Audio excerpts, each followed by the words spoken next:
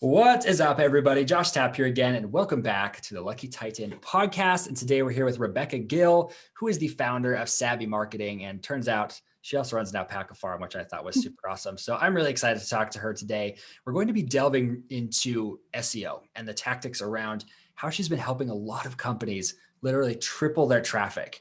For most people, that's like literally triple the sales if you're paying attention to that. For most of you who are running traffic to your sites. And for people like me who are not really heavily doing that, I'm excited to just kind of learn your strategies and tactics, Rebecca. So say what's up to everybody and then we'll hop in and get started with the interview.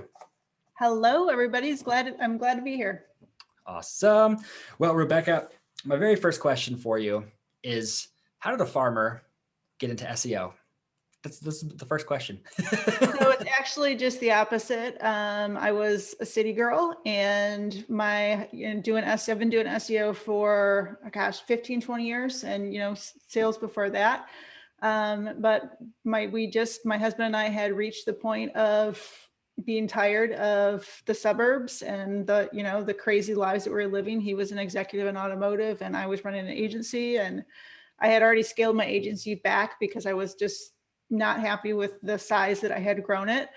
And we had two houses at the time, but a big house in the suburbs, a big house on the lake up north. And we're like, nope, we're selling off. We sold off both houses. We sold off all the boats and we packed it up and we moved across the state and, across the state and 4 hours up, and we started a farm.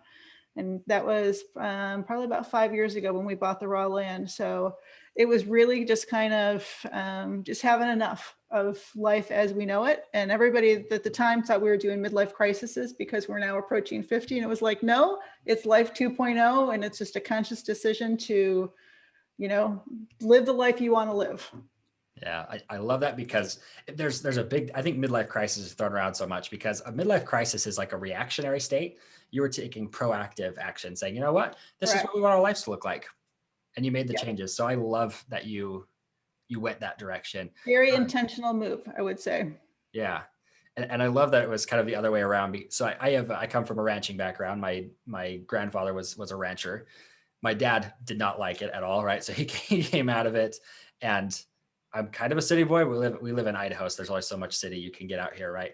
But it's really funny to watch that sometimes you just need a taste of both to see where you're at and what you like.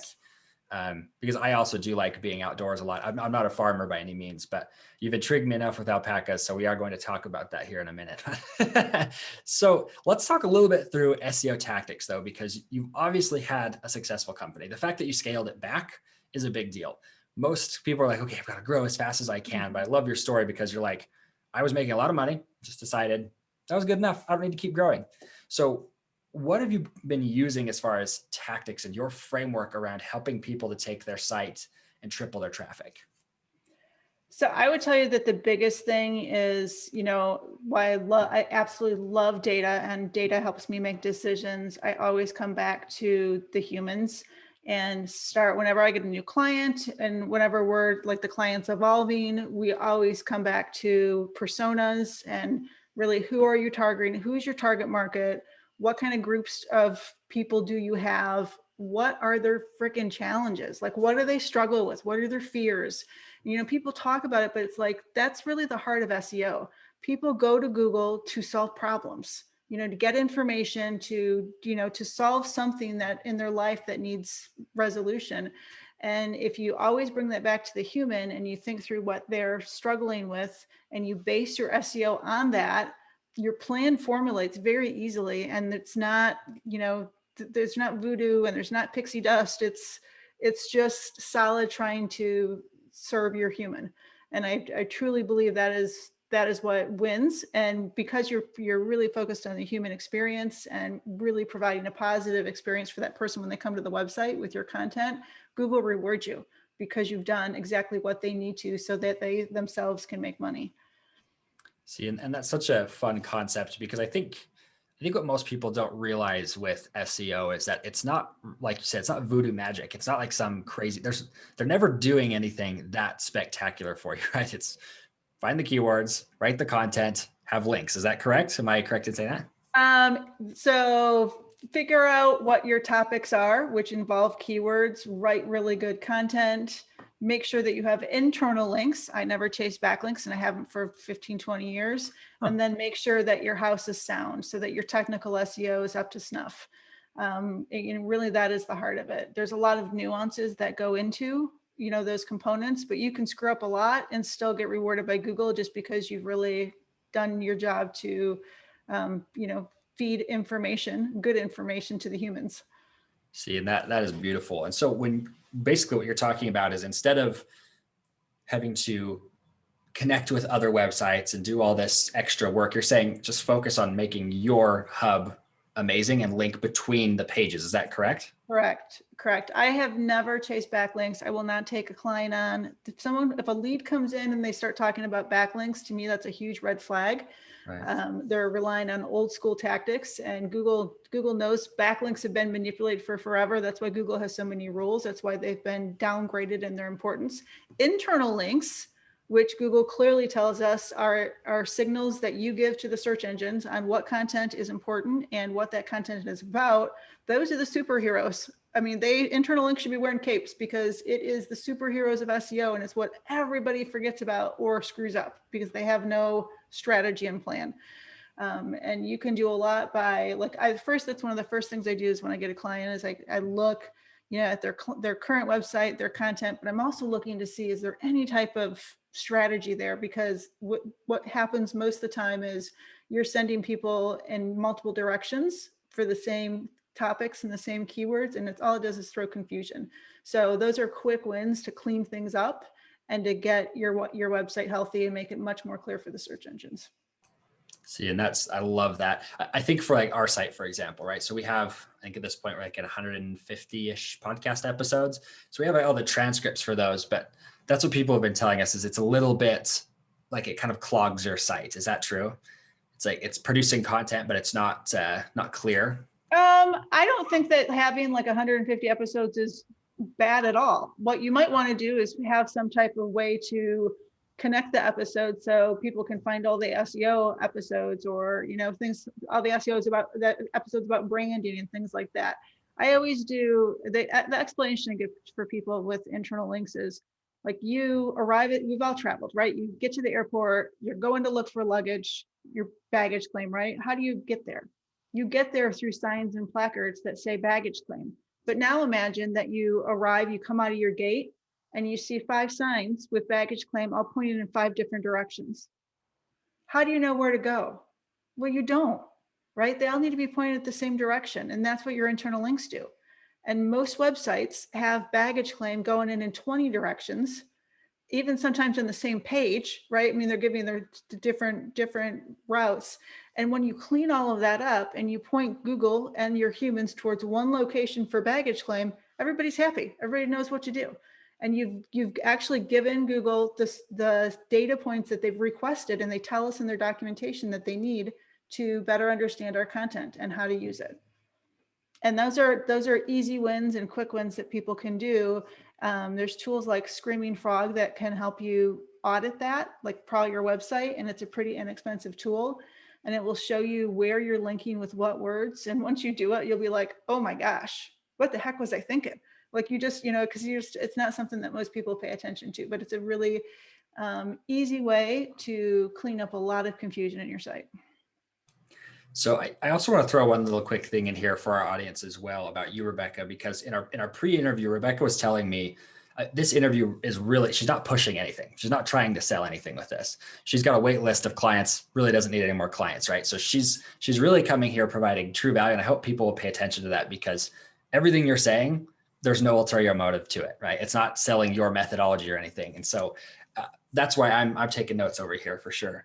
So I love that you've given resources. You kind of directed us in the right direction. And I love that you're talking about, I feel like it's truly resolving their problem because a lot of my beef with SEO is it's like gaming the system, right? That's why I don't do a lot of paid ads because it's the same thing. It's like, oh, how do we game the system to make this work? And for us, it's always been, well, you can make a lot of money by just truly solving the needs of your customer.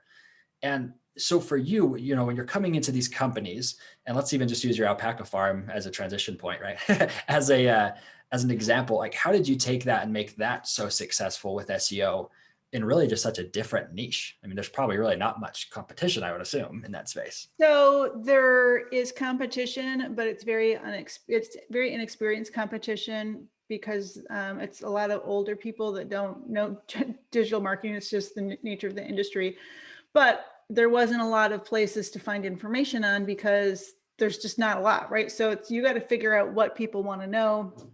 And it's really, it's just I did as much competitive research as I could, not just farms, but industry websites and things like that. So I could really understand kind of where search is at.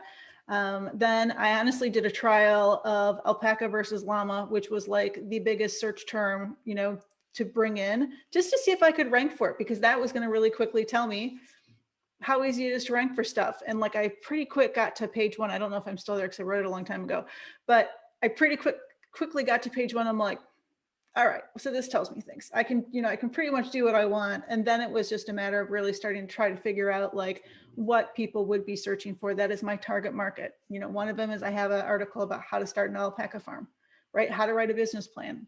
Gets a lot of traffic. Now, the one thing I would tell your listeners is if you were to go search for that phrase in Google, it would tell you that, 10 people search for that a month, because the data that Google puts out is geared towards, I truly believe, it's the search volumes are geared towards pay-per-click and guiding towards ads, not so much SEO. And that URL gets like thousands of hits a month, right? And activity. And if I just went off the data, I would be very skewed by that information. But so it was like really staying honed in on the target market and who do I want to sell to, and what would they be searching for, and what would they need to know, right? That and write really good content for that. And that doesn't take, backlinks or anything else. It just took trying to do the right thing and give people what they need. See, and I love that you're giving me all kinds of ideas here, because our big problem with SEO has been to come up with new content, and really what you're talking about is take what you have, interconnect it, and provide that true results for people. But like you're saying, instead of having 5 baggage claim signs, it's like, do you need more help with marketing? Do you need help with SEO? Do you need help with branding? Right? Having different pages. So I love that. And so the reason I want to bring up the alpaca farm with this as well is because I love that you were able to take that and say, okay, I want to start a new hobby business, like you said, kind of a side business. And it's become this really big thriving business as well, because you had what, 670 alpacas? I have 64 alpacas and 1 llama. Right. And like, I don't know if people know this, Rob. That's actually a lot, especially it is a lot in a couple of years, because our first alpacas came home 2 years ago. Right. So, I mean, they didn't breed that fast, I would assume, right? So, I mean, what you're doing when it comes to business in general and running that business plan. And so I want to ask you this question about where the SEO and the business plan meet, because that seems to be like your other area of expertise is running that business plan. But I'm kind of curious how you fit that in. Like, how does that work? So that's a good question. So when we were starting the alpaca business and I wanted to grow it, my husband's like, I don't know how this is going to work. I know you did it with the agency, but like, this is like where this is completely new. And I said, well, and he just kept going, I don't see it. And I'm like, I have a vision. He's like, I don't see it. I'm like, all right, so I took the one weekend and I wrote out the business plan, which was what was in my head, and I had used SEO because I had already been doing competitive research and things like that. So I understood the state of the market and things. And I created the business plan, but the SEO, like the research I did for SEO fit into the business plan, but then the business plan also helped, everything kind of just works together, right? I couldn't make a business plan unless I understood the industry more by doing research. And what I found in the research helped me understand where the holes were in the industry and where I could dominate it. Right. And content marketing and digital marketing was an easy way to dominate it. And you're right. Like it did. Last year we sold 25 alpacas, which is quite a bit considering it was our really first year selling alpacas. And, it grew very, very fast. But it is like, it's the blending of both. So if you have a business plan and you don't have the SEO, that's a problem, right? If you try to sell and do business online, and if you want to do SEO, but you have no business plan for your business, that's also a problem, because again, they have to blend together. I mean, you're looking at your target market for both, what is your mission statement? There's all those things that you would put into a business plan. your revenue streams, that relates to SEO, because your SEO needs to grow that. They're so interconnected. It's not even funny. And I probably wouldn't even have realized that until I was doing the training last weekend Yeah, for an association. yeah, I love that. And I want to kind of dumb it down to a third grade level as well. It helps me understand it as well. Okay. So a lot of people, I'm just going to put it in my perspective, right? As a business owner, when people say SEO, I glaze over because I'm like, oh man, there's just so much unknown. But I mean, you've simplified that process so much. But I think the next question in mind is, I mean, how many articles does it take? I mean, is it quantity versus quality, or how does that work? So you don't need a ton of articles. Years ago, we were told like you need to publish every day, and people were putting out articles that were 300 words, 500 words. You really don't. What you need to figure out is what you want to rank on. Like, look, what topics do you really want to bring people into your site for? Look to see what's on page 1 for Google and do better. That could be 2,000 words. That could be 4,000 words. And when you get 10 of those, that's a lot of traffic, right? If you have 10 articles that are super powerful, or even 5, right? That can bring in 10,000 visits a month in Google easily. So it really just depends on, what your industry, what your niche is, and then what your target market that you want to sell to, your preferred target market, what do they need to know? And that's what you build your content around, and you make them really good. I'd much rather see you post one article that's 3,000 words every 2 months than flood your website with little articles, every day or whatever. I mean, it's not going to resonate. And I think people want to, they want to, if they're searching for something, they want to actually have their question answered, right? So they do a lot of times want longer form content, not everything, right? I might want to just go like, give me a recipe for cooking Brussels sprouts. I don't need that to be 3,000 words. I just want the stinking recipe and, how I cook them. But in other things, like if you wanted to find out how to start an alpaca farm, you're going to need a 3,000 word article to be able to, walk you through those steps. Yeah, and I like that, because it's all about finding that niche and then providing the right value. And to me, the hope that I gain from talking to you about that, right, is 5 to 10 articles. I'm like, okay, I could hire somebody to do 5 to 10 articles, right? Or if you're just starting by yourself, I could write 5 to 10 articles. I mean, that's something, if you really dedicated yourself, I also think it would help you refine your message, like how Oh, you teach it to people. absolutely. And you're already saying the things over and over again, right? Right. And that's kind of what I took away as we were starting the farm, is we were talking to people and they would come on site, and same thing with SEO. You're you're answering the same questions all the time. Whether it's an email or it's on a prospect call, whatever that case is, you're saying the same thing. And even back when I was actively blogging for the agency, I would get tired of answering the same, like, why are 301 redirects important? So I'm like, screw it. I'm writing a blog post. So I'd be Kermit the Frog, typing on my thing really fast, get the blog post out. And then when I had that question, I'd be like, here's a blog post I wrote about it. Like, a good explanation of it, which also saved me time. It brought in traffic, and it saved me time of explaining it for the 400th time. So because people do struggle, they're like, what do I write about? And it's really, what questions are you already answering for the people that you serve? See, and I love that, because again, simplifies it. If you're already answering, I mean, in our space, the first question I get every time, Josh, when should I get a sponsor? And I'm like avidly against getting sponsors for your podcast personally. And so it's kind of interesting to see, you're constantly answering that question. I'm like, we could write an article about that. You So could write an article about it. Yes, absolutely. that is awesome. Well, so let me ask you this. We are coming up to the end of the interview here already, but when it comes to SEO, we've covered a lot of different topics. So what are kind of your final thoughts of action steps that people could take to kind of wrap up this episode about SEO? So I would tell you, or tell your listeners, no matter what niche you're in, right? No matter what business you have, ask yourself the question and force yourself to answer it, right? Electronically, write it down, whatever your process is. What are the top 5 to 10 questions that your preferred target market needs to know? Like, what do they have? What questions do they have they really need to know? Now ask yourself, do you have any content on your website that answers that? And if you don't, go write it. I mean, and it doesn't have to be, if you're not a fabulous writer, it doesn't need to be wonderful to start. Your writing will progress and you'll find your voice. But take that time to do that, that process, because in the majority of the cases, what you would write down as those questions that people have, and when you go to look at your website, you have no content.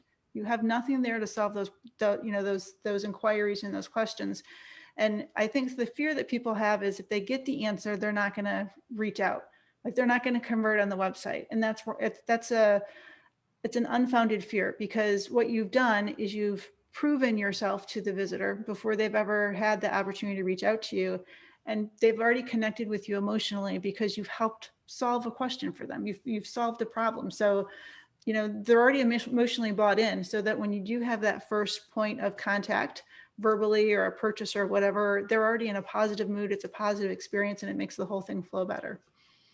Yeah, I love that. Wow. Great advice. I hope everybody looks at that and they go apply that in any way they can possibly. I mean, you've simplified it down to the point of you could do this by yourself. I mean, you could absolutely hire somebody to do it, but that's cool to me because it takes a lot of the fear out of SEO. So I'm going to hard pitch you because I know you're not going to do it, but Rebecca has this group coaching program that they do that is amazing. You can go check it out. So it's digitalkitchen.com. Is that correct? digitalmarketingkitchen.com. Digitalmarketingkitchen.com. Make sure you go check that out, guys. I mean, it'll be a great place. Go pick her brain. I mean, nobody gives you access to their brains for cheap. So make sure you go check that out. And Rebecca, I just have one final question for you. If you could give one final parting piece of guidance to our audience, what would that be? Go audit your site. Go sign up for like SEMrush. Do a trial. Do their website audit. Look at your site. It'll give you information on your backlinks, internal backlinks, right? This and the health of your website. And it doesn't. You may not know what everything is, but there's a lot of guidance in there with the little question marks that'll tell you exactly what issue is and what you should do. And you will be surprised at what you see if you've never audited your own site.